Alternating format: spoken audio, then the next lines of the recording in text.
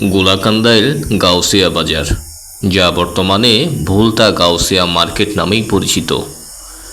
নারায়ণগঞ্জের রূপগঞ্জ থানার ভুলতা এলাকায় অবস্থিত একটি 100 বছরের পুরনো ঐতিহাসিক বাজার। এটি মূলত ব্যবসার জন্যই বিখ্যাত। তবে এখানে কসমেটিক্স, জুয়েলারি ও অন্যান্য সামগ্রীর ব্যবসা হয়। বাজারটি পাইকারি ও খুচরা কেনাকাটার জন্য জনপ্রিয় এবং এটি গোলাকান্দাইল নামে পরিচিত ছিল। প্রিয় দর্শক, ইতিহাস, ঐতিহ্য এর পরিচিতি নিয়েও আজকের এই ভিডিও দেখতেই থাকুন। পরিচিতি করিয়ে দেব, ইতিহাস সম্পর্কে আমরা জানব এই ভিডিওর মধ্য দিয়ে।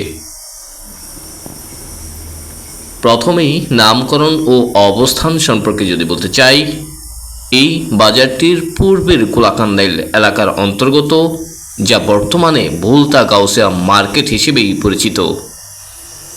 প্রতিষ্ঠাতার যে বিষয়গুলো আছে সেগুলো নিয়ে যদি বলতে চাই, এই বাজারটির বয়স প্রায় 100 বছর এবং এটি বস্ত্র ব্যবসার জন্যই অত্যন্ত বিখ্যাত।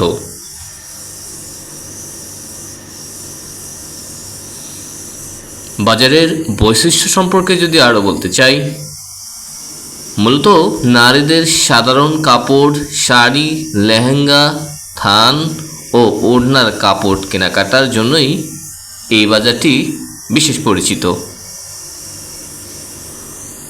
এর পাশাপাশি অন্যান্য পণ্যের কথাও যদি বলি, এখানে কসমেটিক্স, জুয়েলারি, বিশেষত ভারতীয় গয়না, রূপা ও মিনাকারির কাজ করার অলংকার ও দেশি বিদেশি বিভিন্ন ধরনের কাপড়ও পাওয়া যায়।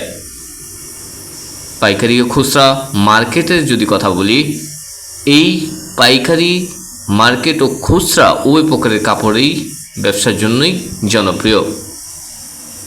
সবচেয়ে গুরুত্বপূর্ণ যদি কথা বলতে চাই, এটি নারীদের কেনাকাটার জন্য একটি জনপ্রিয় গন্তব্য এবং ঢাকা শহরের কাছাকাছি হওয়াতেই অনেক মানুষের কাছেই পরিচিত।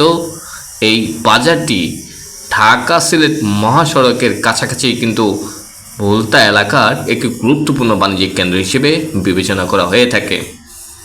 ভিডিওটি এ পর্যন্ত যারা দেখতে পেরেছেন অথবা ভিডিওটি অলরেডি শেয়ারের মাধ্যমে রেখেছেন, প্রত্যেকের প্রতি কৃতজ্ঞতা।